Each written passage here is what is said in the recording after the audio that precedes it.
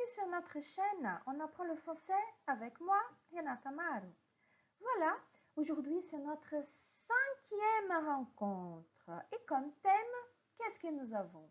Les expressions utiles pour indiquer l'interdiction et l'autorisation.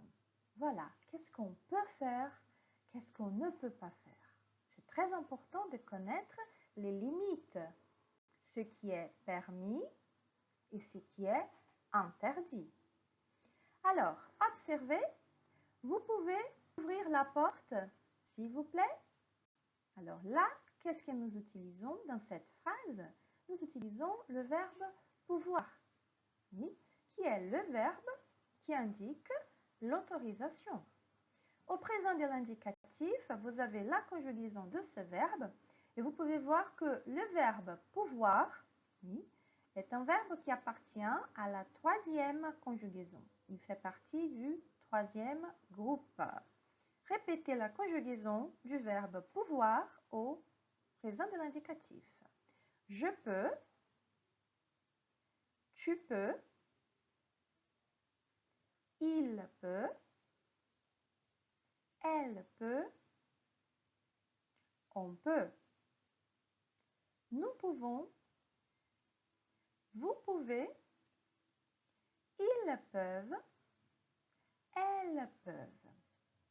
Alors, vous pouvez remarquer que les verbes, d'une manière générale, les verbes qui appartiennent au 3e groupe, ce sont des verbes qui sont, disons, irréguliers, qui ont une conjugaison différente.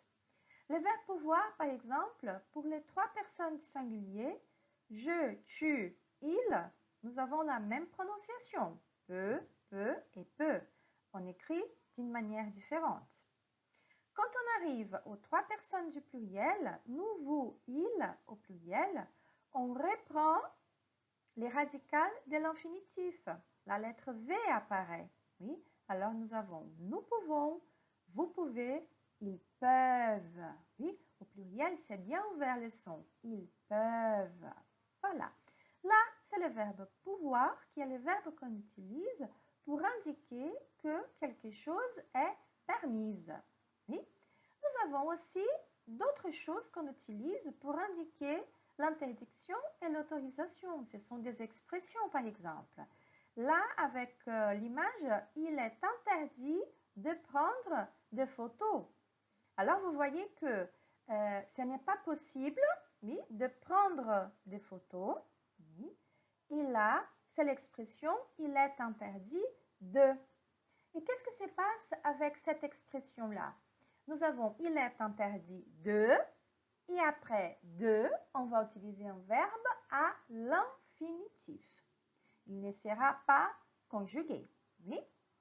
Voilà, comme expression « il est interdit de », il n'est pas permis de, par exemple, ou vous pouvez atténuer la phrase avec l'expression « je suis désolé, mais ce n'est pas possible de prendre de photos » par exemple.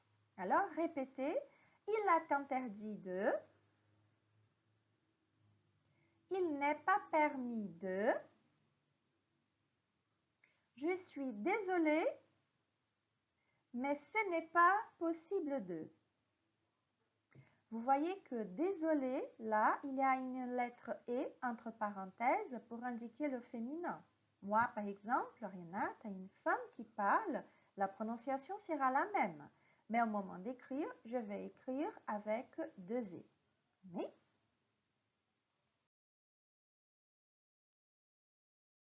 Voilà, la négation. La négation aussi, elle va nous indiquer, elle va nous montrer que quelque chose est interdite. Parce que si on dit non, parce que ce n'est pas possible, vous voyez? Alors, nous ne pouvons pas sortir maintenant. Oui, parce que la sortie, elle est interdite. Alors, nous avons la négation qu'en français, on forme avec 2 particules. Né, qui précède le verbe, qui vient avant le verbe, nous ne pouvons, et pas que vient après le verbe. Oui, vient tout de suite après le verbe. Alors, en français, pour former la négative, la forme négative, la négation, on utilise ne et on utilise pas. Ne avant les verbes et pas après les verbes. Autre exemple, très important.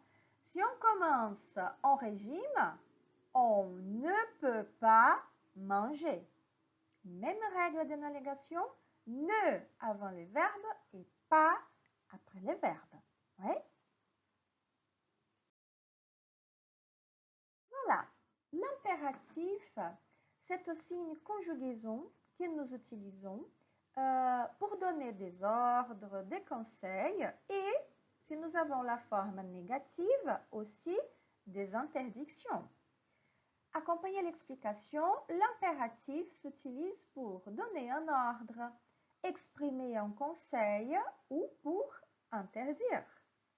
Il se conjugue à 3 personnes seulement et sans sujet exprimé. C'est une règle de la conjugaison de l'impératif. Il n'y a pas de pronom sujet. Continuons l'explication. L'impératif présent se conjugue seulement aux 3 personnes. Quelle personne? Deuxième personne du singulier, première personne et deuxième personne du pluriel. Ça veut dire tu, deuxième du singulier, nous, première du pluriel et vous, deuxième du pluriel. Autre particularité, on n'utilise pas les pronoms des conjugaisons, les pronoms sujets. Oui. Ces 3 formes conjuguées sont très proches des formes conjuguées du verbe au présent de l'indicatif. Oui. On va prendre la conjugaison de l'impératif du présent de l'indicatif. C'est pour ça que c'est très important de connaître le présent pour savoir la conjugaison à l'impératif. Oui. Vous observez, au présent je dis je parle, tu parles, il, elle, on parle, nous parlons, vous parlez, il parle. Ça, c'est la conjugaison je vais parler au présent de l'indicatif. À l'impératif, on va prendre les tu, la personne tu, sans les pronoms sujets, et on va enlever la lettre S de la fin.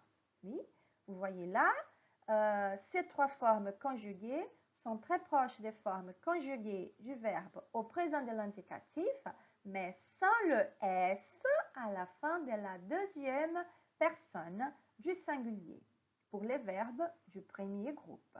Oui. Alors, nous, c'est normal, mais on ne va pas utiliser les pronoms. On va prendre exactement la conjugaison du présent et on va dire parlons. Et pour vous, on ne va pas utiliser les pronoms sujets, mais on va dire parler. Exactement comme on écrit au présent de l'indicatif la conjugaison de ces verbes.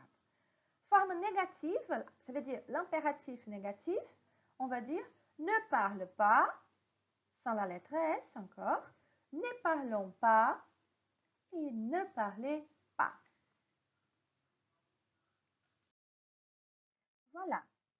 On reprend un peu le thème de notre dernière rencontre, l'usage des pronoms compléments COD et COI. Et là, on va travailler plus spécifiquement le pronom complément d'objet indirect, ça veut dire le COI à l'impératif.